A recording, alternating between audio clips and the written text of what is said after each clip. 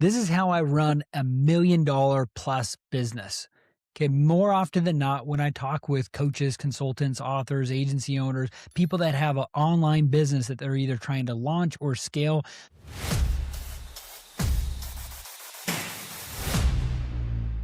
these are the common traits and things that get in their way from growing to multiple six and seven figures. I'm going to kind of share those secrets with you today. But here are the big challenges.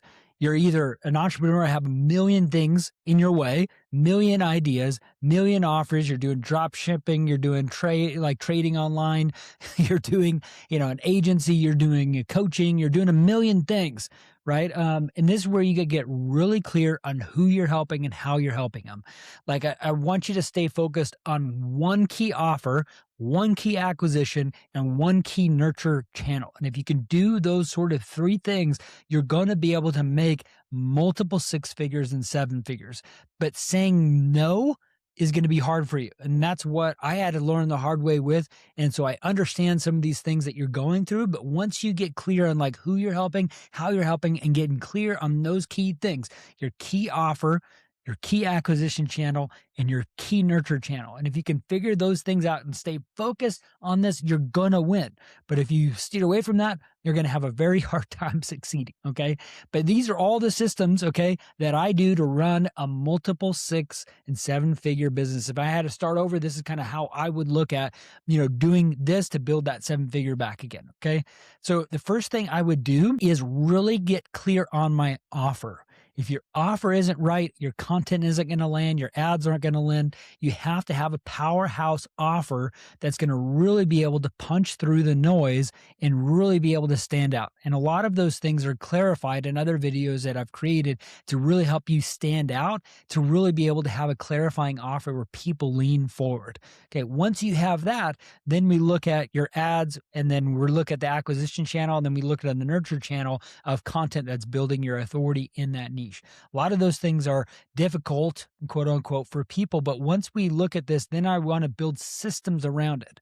Okay. So this is where it's like really the system. So once I think about how can I buy back my time? How do I kind of build in a process that doesn't require me to be in there? That's very hard for many, many people. And I've seen even millionaires get stuck in this trap and they just get burned out. They get burned out because they're working 80 to 100-hour work weeks. And that's not the case of things I want to help you with right now. Hopefully the reason why you're watching my content is you're wanting to you want me to help you get to 50 to 100K plus months with 20 hours a week or less. And I'm going to talk to you about some of those things here. And then if you want to work with me more, you can apply to do that. But let me just talk to you about some of the systems I'd look at. I would look at what are the key platforms that most of my clients live on. Right. So if I have like more of a corporate type of a business offering, I'm going to be more on LinkedIn than ever because I think that's where a lot of those corporate professionals live.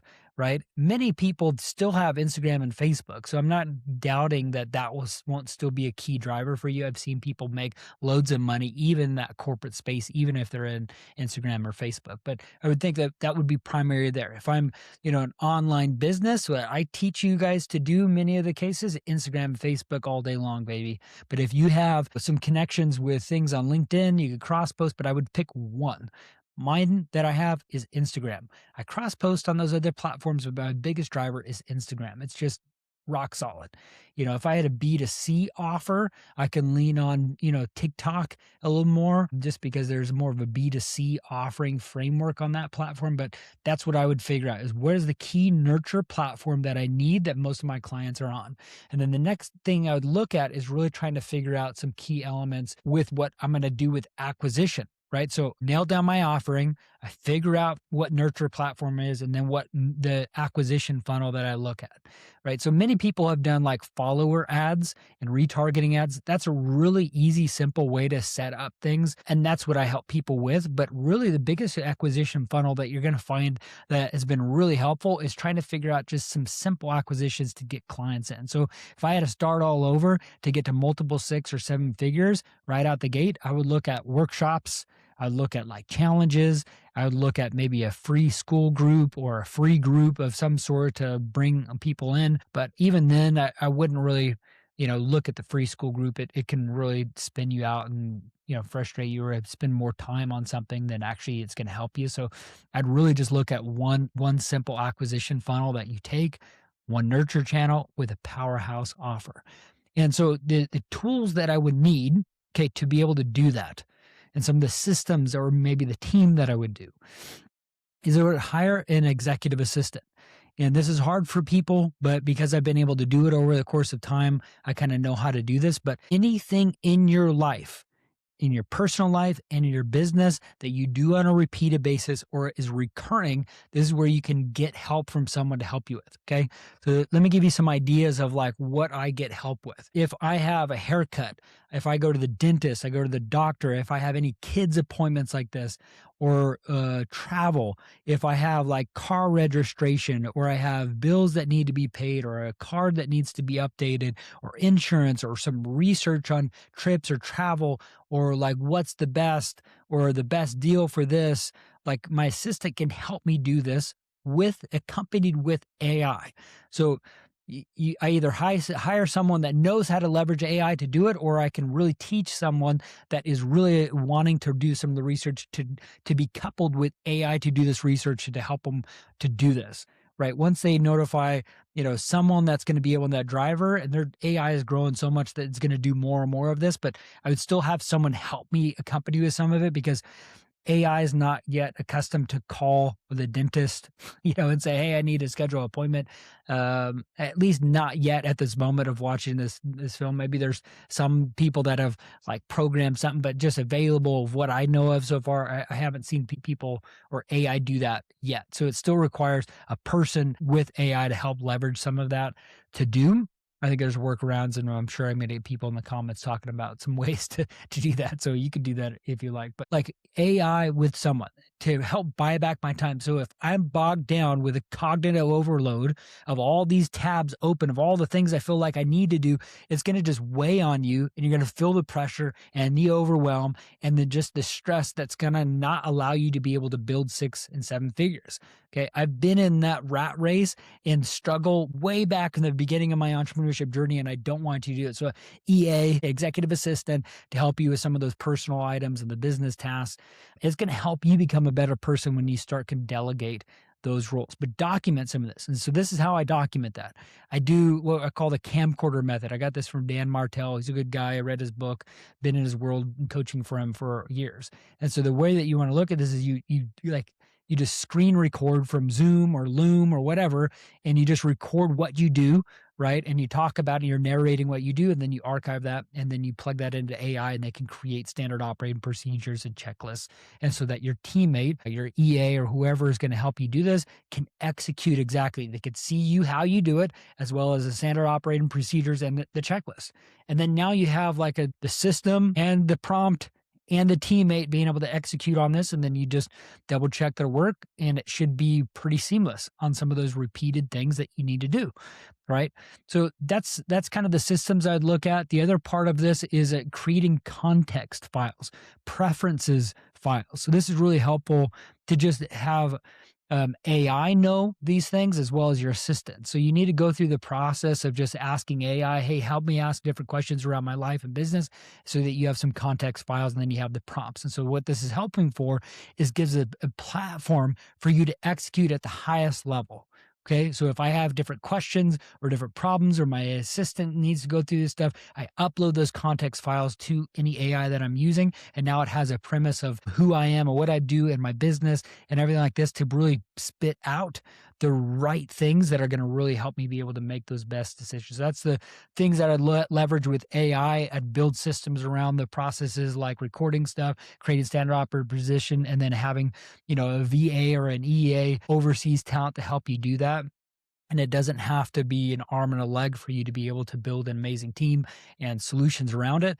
Because now I have, right, a key offering. I have a key acquisition channel that I'm running ads on. And then I would look at the nurturing platform that I'm pointing people to get context around the quality and value that I can bring. And then I have everything. I got the offering. I got everything, the positioning of the business. I got AI context files. I got my systems. I got my team. And then I would just try to streamline some things. box here. So here are some things that I would look at. To work 20 hours a week or less, I need to quantify what I'm doing in the week and in my day. So I try to front load it by identifying the ideal day, right? If tomorrow I was about to die, what would those things do? And I would look and list out some of the things that I know that I want to do that brings life to me. It's like for me, like I love reading the Bible and getting to know Jesus. I love spending time with my wife and kids. I love being able to journal and process and think about my life and my day and the upcoming plans I have. I like reading books and learning new things. So I put that into it. I like exercising and I like doing some fun things. And so hitting the gym, going on a run or a walk or reading a book, try to batch those things. And I just try to figure out the ideal week and I batch all those things to really be able to add as much value as possible. And then I look at the content, the nurturing side of stuff, and I just look at the most simplest process of things I need to do. Like, hey, I need to put, a weekly video out. I need to put some reels out each day. I need to do some stories a day and just make it super simple and repeatedly easy. So that way it's easy for you to expedite and then to continue on so you don't burn out. And then I batch, like if I have coaching calls, I don't take sales calls anymore. So it just makes it easier to be able to like have a specific day on the acquisition channel, like the weekly workshops that you do. You can point people to that, point people to your content to spend more time with you. You can have conversations in the DMs that doesn't have to take up a lot of your time, or you have people in your DMs carrying those conversations for you. That's always helpful.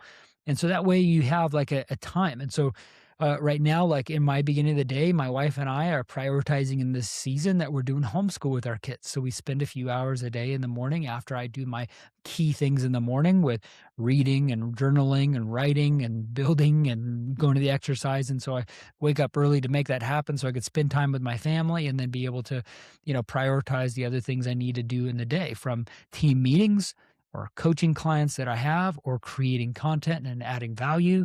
Those are things that you could do, and you just want to streamline in simplicity. Okay, so those are the systems I use. After I get reminding you again, I have one acquisition channel, I have one powerhouse offer, I have one nurture challenge or nurture channel that I use. And then I really look at like the systems and process with the team and systems and things that I do on a repeated basis in my life and my business. So the systems are easy to process. And then I want to look at the tools I use. It does not have to be complicated. Okay. I've seen people do 7 figures with no website. When I used to coach marketing agencies for the longest time, way before this, years ago, that people before they even started or launched or even like said, hey, I'm a marketing agency or I'm doing services, they would seriously spend like 2 or 3 months trying to quote unquote figure out what their pricing, packaging, and offering is, or build their website, and they would be delaying. And it's the procrastination that will kill you and your business if you do not act, beginning. So if you have no clients, your 95% of your time should be focused on acquisition. Okay, because everything else will fall into place when you get more people and you talk with people what they need, they want, if they purchase or don't. Your offering will be kind of like, you'll identify what the key drivers are from the pricing, the packaging, offering. And so that's what I help with, is people really kind of positioning their offer, knowing how to have the acquisition channel, knowing how to figure out the nurture channel. But if you can figure out what you're doing there, you're going to start thinking through it. So here are the tools that I use that are not complicated. I have AI, right? I primarily right now use ChatGPT. I used to use Claude quite a bit before. There's Gemini. There's Manus that I'm going to probably be diving into more of at the moment. But even OpenClaw with, ChatGPT now, you never know what that thing will be. It's probably going to be what Manus does, is like just an active agent, doing some of the work on your behalf. It's pretty wild. But I would look at like an editing tool, right, to be really easy. What I would look at is like hiring an EA would be the first hire I would do. I would have like a, video editor. I would have like someone that can help you publish some of this stuff, maybe a bookkeeper, definitely a setter, an appointment setter in your DMs to carry some conversations, to point them to your acquisition channels or your workshops or your content that you do. But the tools that I'd use on that is like I use right now, like my platform that I use is Kajabi. Another good one that I've used in the past is Go High Level. Those are like all-in-one platforms that can help you do a lot of automation and websites and funnels and things like that. That's there. The other one I like is Riverside. Other people use CapCut or Descript. Riverside, I use a lot with the podcast, but I can record content and I can edit it pretty quickly with some AI tools, and then it publishes on my behalf. So Riverside is one of those tools that I use. Canva is another one for graphic or slides that I use. I use Google Workspace a lot. So the whole Google email has a bunch of like the documents, Excel spreadsheets. So I have my team dashboards in Google there. I have Google Chat that I use. Like people use Slack, but I use Google Chat for all those things because it does the same exact thing as Slack, and I don't have to pay Slack more money for each user. It's free with the workspace. I use Google Meeting instead of Zoom, so it's all one. It's free there. I leverage Profit First as like the main way that I look at paying people out. Profit First models like the bank accounts that have like the profit focus, the owner comp, how I pay things, a savings thing. It's really good. If you haven't read the book called Profit First with Michael Michalowicz, I'd highly suggest it. But I have my bank. I use Relay to do that. I use Gusto to do payroll and pay myself, as well as all my contractors and team. So that's Gusto. I use AI. Um, I've been dabbling in Notion as like checklists, but Google can do some of that too. So, I mean, it doesn't have to be complicated. I'd say those are the main things I use for my business. And then I have a social media manager to upload some things, edit some things. We do AI with everything. I create chat GPTs for context. So it's like, again, just a quick reminder, this is really just simple way I'd look at my first hire that I would make hire as an EA. The next one would be an appointment setter. And the next one would be a social media manager, and then maybe a bookkeeper to help you with some of the numbers. And that's about it. You take some sales calls, you do some of the DM sales, you do workshops, you set up some of the marketing thing. Once you get your offering, you set up those key things, your key offer, an acquisition channel where you're running ads, the nurturing channel to nurture people. And there you go. You got the systems, you got the tools, you got the people, you got the things you need to build a business. You got everything there. Like that's why I created I think the cornerstone of all of that people get lost in is identifying what their offer is and creating that powerhouse offer. And that's what I do in the 10K offer challenge. So down below, if you want to check that out, it's coming up at the beginning of this month. You want to check that out, the link is down below. Or if you want to look and connect with me on some workshops that I do, you can click down below and you can check out when I have those next. But I'm here for you. I'm here to be able to add as much value and to give you everything I know about building an online business to multiple 6 figures and 7 figures with less than 20 hours a week. So I'll see you on the next video and hope this is helpful.